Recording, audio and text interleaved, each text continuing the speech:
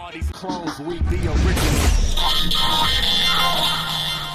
The Original People Network presents Behind the Box with Bahamian. And I'm back up on my hydrogen. They was asking if I'm about to go dumb again. I couldn't lie, I betray what I've been holding in. I couldn't lie, I betray what I've been holding in. The kids need a place for the safety. I made a wave, everybody think it's crazy. I made another and they calling me a renegade. And only God saved. Greetings, world. Welcome to Behind the Box, a special limited edition series hosted by the Original People Network and Bahamian Official, located at the one and only Ferl Pop-Up Park. Let's go. Thank you, everybody, for joining us today. Many of you are probably wondering, what is this? What are we talking about? Why are we here? Well, if you didn't know, we have a box. That's right, a 6-foot cube.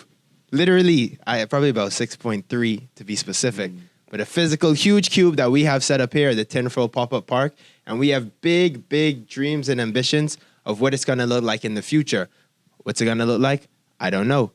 But we have visions for it being as amazing as possible. So we wanted to take this time to have a series to talk about Bahamian, talk about the box, talk about art, culture, and society in the Bahamas, and really begin putting out the ideas to help move the country as well as just the spirit of the nation forward. And on this show, I'm going to be bringing on a couple of our guests today. We're going to be talking about the lead-up process to get us here. A lot of people saw Bahamian. They've seen the brand. They've seen the collabs and networks and connections that have made us what we are today. But we're going to take some time to roll back the clock and talk about how we got here in the first place, as well as give you all some insight on where we are going today. So without any further ado, I'm going to introduce our first guest that we have on, the one and only Brandon. Introduce yourself. So that's it. My name is Brandon Kemp. I am 24 years old, an aspiring entrepreneur, trying to create platforms for economic and cultural development. That's my line. That's my line. Yeah. And I am both. I am a Christian artist and social architect. You know, I had to get my wording together. Yeah, because last time I didn't have everything together. And obviously with us, we have the whole Original People Network crew in the back. You know, they right there. Yeah. As well as we have some other Bahamian members with us today. But we're going to get straight into it. So, Brandon, we've known each other for a long time. Probably, I mean, I don't even remember how we first met. We were in the same high school together. Yeah. Back in the day. I think our realtor and youth group, though. Yeah. We went to the same youth group, Global Village Youth Group. Yeah, Shout out to that. Yes. And I think that was probably the first time we got involved with just launching projects and doing stuff for fun, whether that was community. What was some of the first things you remember getting involved with? I remember you had IOT. Yes. Yeah. So I think IOT definitely was my introduction to the world of, just volunteer work, just helping out the community. So IOT, if you're familiar with Beijing Rogers, she started that back in 2009.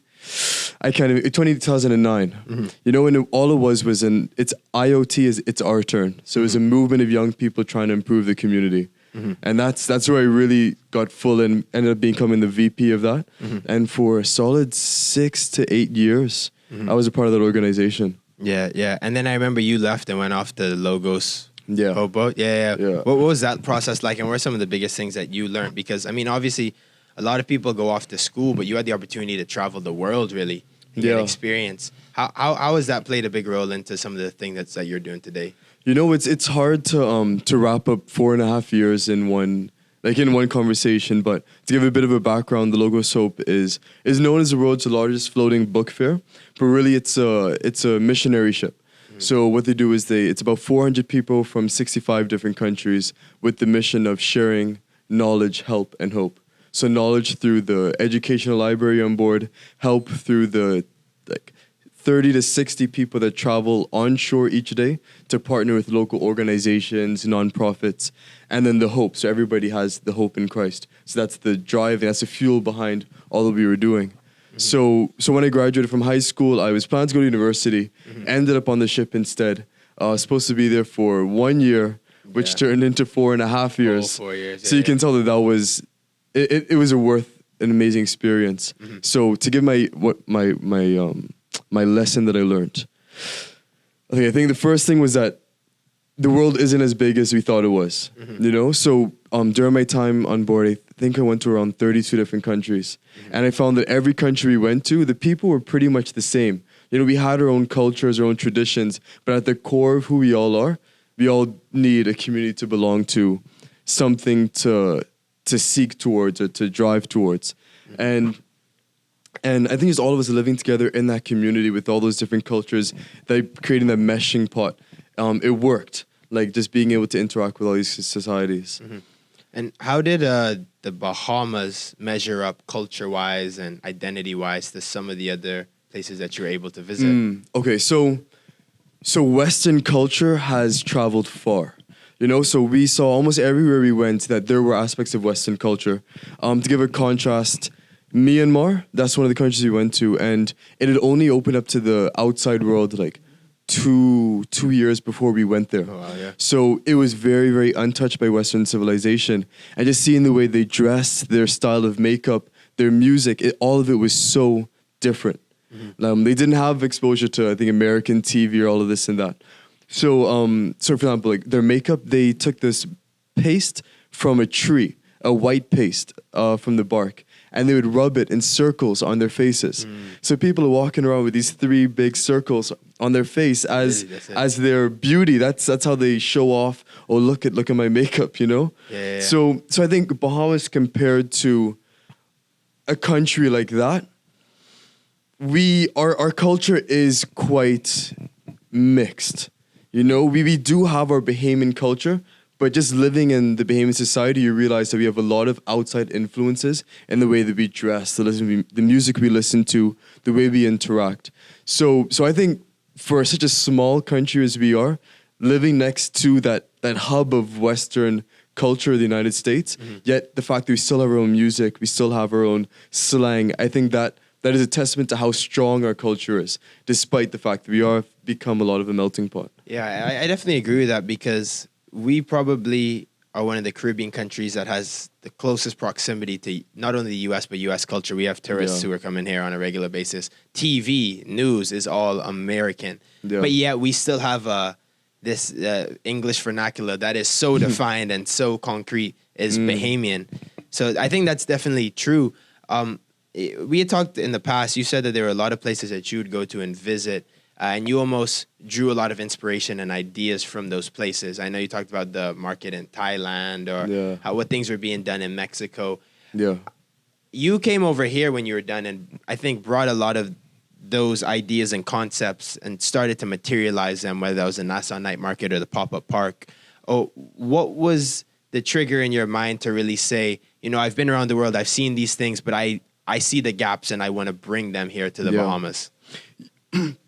Yeah, so a lot of the time that we spent in poorer countries, you know, so, and even not poorer countries, but the poorer areas in the countries. You know, just the nature of the work that we did, we went where the help was needed the most. We did the libraries, like shoes, really just aid work. So I saw that what these countries were doing with the resources that were available to them, and it really blew me away because I saw how innovative they had to be. You know, for example, Taiwan, they saw earlier on that, you know, not everybody's going to have the money they need to open up their own storefront. So then they developed these night markets where people could just show up with their booth set up in a parking lot and pool the resources of everybody that was there to pull customers from all around the city. So I saw over and over again all these countries that did not have much resources be innovative in the way they needed to solve their economic problems. So I came back to the Bahamas and I'm like, I'm seeing the power of our dollar, for example. So how in South Africa, I was able to eat a rib dinner with a drink at a restaurant for $5. That's ridiculous. Wow. So we come back to the Bahamas and I see how strong our currency is, you know, being tied to the US currency, how open our economy is, yet we weren't being as innovative and creative as those poor countries needed to be. So I think that we had gotten comfortable in that. So when I came back and I said, like, what? Like, how are we not doing all these things? So I'd kept a journal during my time abroad, a journal of different things that I'd seen along the way, and just like kept, okay, I like that idea, let me write that down.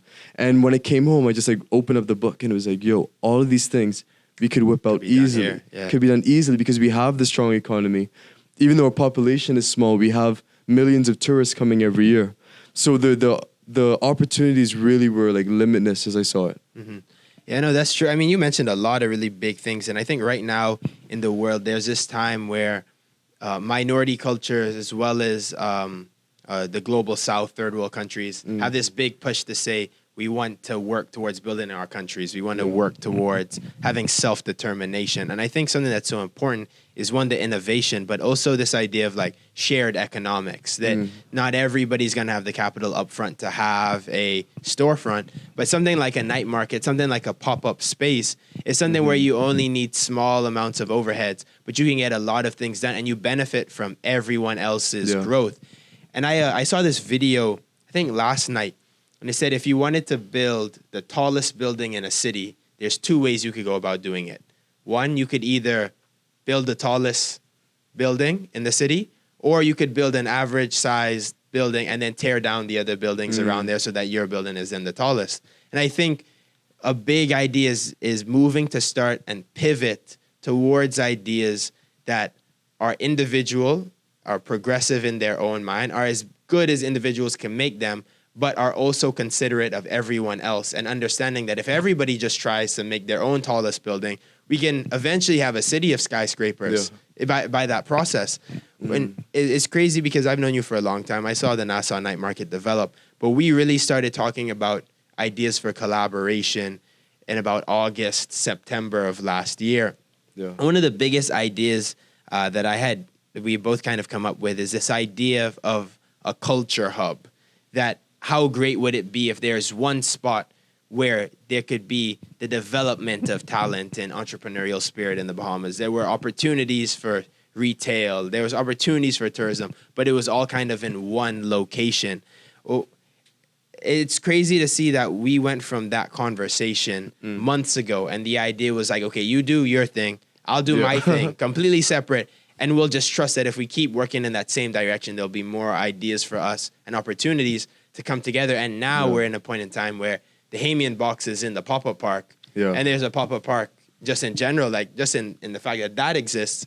I don't think it was in the cards back in August.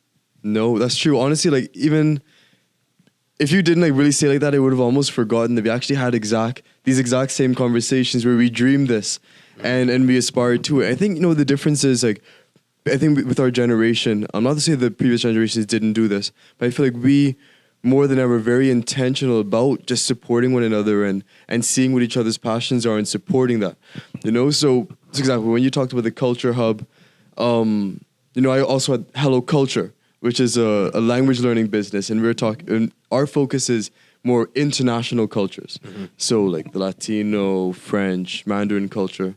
And then when you shared your idea about the about Bahamian and promoting Bahamian excellence, then you filled in that gap of adding the Bahamian culture aspect to it.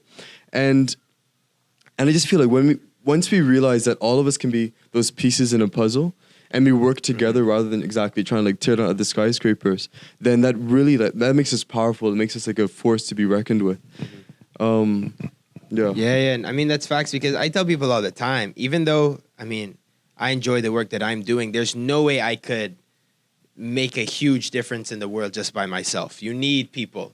And it's important to have the self-awareness to kind of know what you're good at and what you're maybe not so good at, because I know how to stay in my lane, but support the people who are good at the things that I'm not good at, because in the future, their success can complement my success. Like I can't speak other languages. I took French for about 10 years, and it's probably the one subject that has held me back from getting finished with school. So there's no way I could complement and work on the aspect of connecting cultures in a way that Hello Culture does. Or, I mean, I don't think I could have set up something like Nassau Night Market. And even when it comes to Bahamian cultures, there's aspects of our culture that I am not extremely proficient on, that I need those individuals who are like, yes, I know everything about Junkanoo, or yes, I know everything about about the emerging cultures, whether that's new rap, new soca, whether that's the textile industry, all of these different sub aspects of culture. There's no way I can know all of it and do all of it. And that's where I think we have a benefit of being a small country, because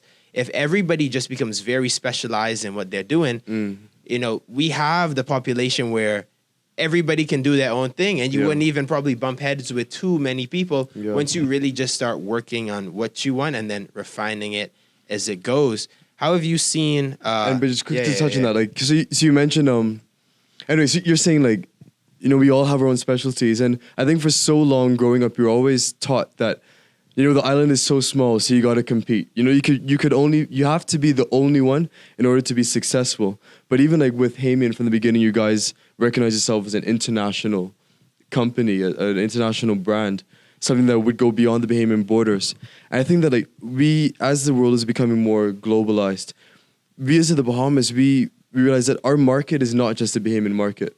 So for things like culture, things like entertainment, music, art, we don't need to try fight in the Bahamian economy because we have access to the whole global economy.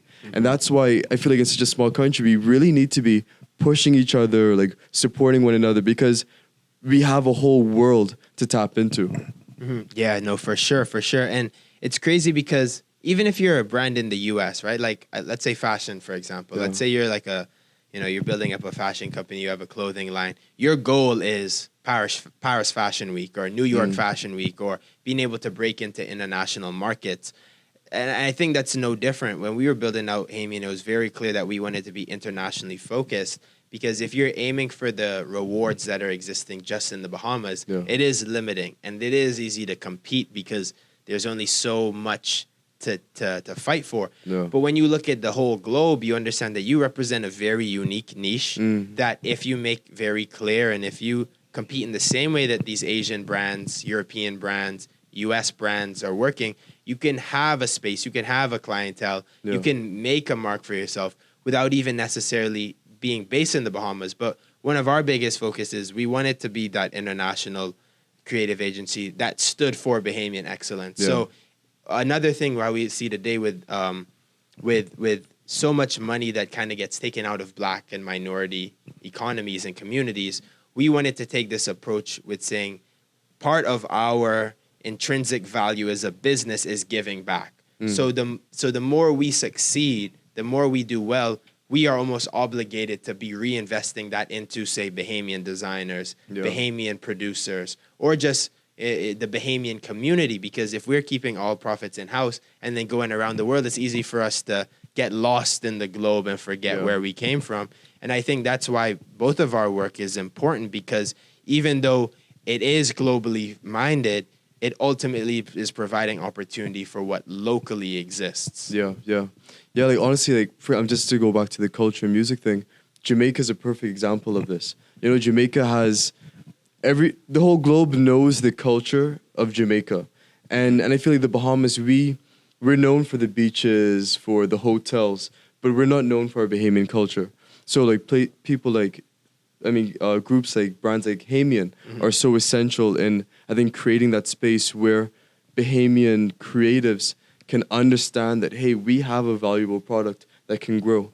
And what we're doing with Ferl as well, like we're really just trying to show Bahamian entrepreneurs that collaboration is the way that we have to go if you want to see our businesses get to where we want to be. So like at the pop-up park, we have, at the night market, we would have up to 17 vendors a day down at the night market, and it worked. You know, we're all in this jam-packed space, but the fact is that, just as you said earlier, we pool off of each other's resources, of each other's customers, and we create a space where somebody that only has the dream and maybe $100 worth of products, they can come out there and gain access to a whole clientele. And a lot of these guys, their dreams are to start exporting. They really are. So when you have your dreams set and you're with other people that have those same dreams and same goals, then it just works. It works as we support each other and help each other grow. And that transcends, I think, across all industries. The creative industries, the economic, food. Really, collaboration is the way to go. I agree. And to wrap it up, what are some of your dreams for this space? I mean, we just got set up with the box here this week, right? Yeah. I mean, and I didn't even think we would end up here. When we had this box, my initial idea was to just drop it somewhere, like put it Rawson Square and know that it was probably going to get taken by police or something after a while, but just make a stand. But pivoting and putting it here, I feel like is a direction to create this space as a monumental space for the island as well as the country. What do you think the potential is for this specific location here at the Dundas? I really feel like having a physical location like the Dundas is really our way to show the world that, hey, this is, I think especially our generation, you find like a lot of the people that are out here are younger people, even though we do have a lot of vendors that are older. But I feel like this property can be the representation of our generation saying, hey, look at what we have to offer. And it starts to be recognized eventually as a place where people can go to see their dreams accomplished. Like, say, for example, we have Ferl partnering with Bahamian, and somebody's like, okay, I want to start my own business. I want to create a sushi empire. I want them to immediately think of Ferl and the Dundas property as a place where they can go to see that dream realized. With you guys, with Bahamian, if somebody is, they're creative, they want to start their own record label. I want them to recognize this is a place that they can come to connect with other like-minded people, to build that network and get access to that support group that they need to grow their empire to where they want it to be. So I think that really is the future of this whole place, is to just be, when somebody thinks of, okay, where do we need to go to start my dreams? They think of here. They think of our collaboration. They think of the spirit that we represent down here. Facts. And I remember you told me a lot about this space, and you're like, oh yeah, you got to come out and see it. And I was like, yeah, I've been to the Dundas before, but it really wasn't until I was here physically that I saw the potential that it has. And at the end of the day, it just comes up to the vision and faith to be able to say, this is a historic place. How do we transform it and evolve it? Paradise Island was Hog Island before it was Paradise Island, Before there was an Atlantis, it was just a piece of rock. So how can we look at the space, inject the right energy, the right people, the right vibe, and then just trust that over time and with the right type of management, it can be something that we once wanted it to be. So that wraps up our first section. Thank you so much, Brandon, for coming on. For anyone who's interested, where can they find the Ferl Pop-Up Park? Yeah, so we're at the Dundas on Mackey Street, next to the Ryan Furley home, opposite Bertha's Go-Go Ribs. But Ferl, if you look it up online, you'll find us, our website, IG, Facebook. Solid. TINFERL. Ferl. Huh? The one place, the only place to be.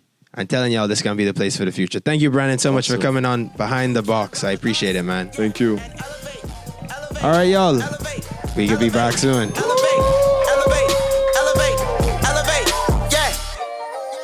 Sunday.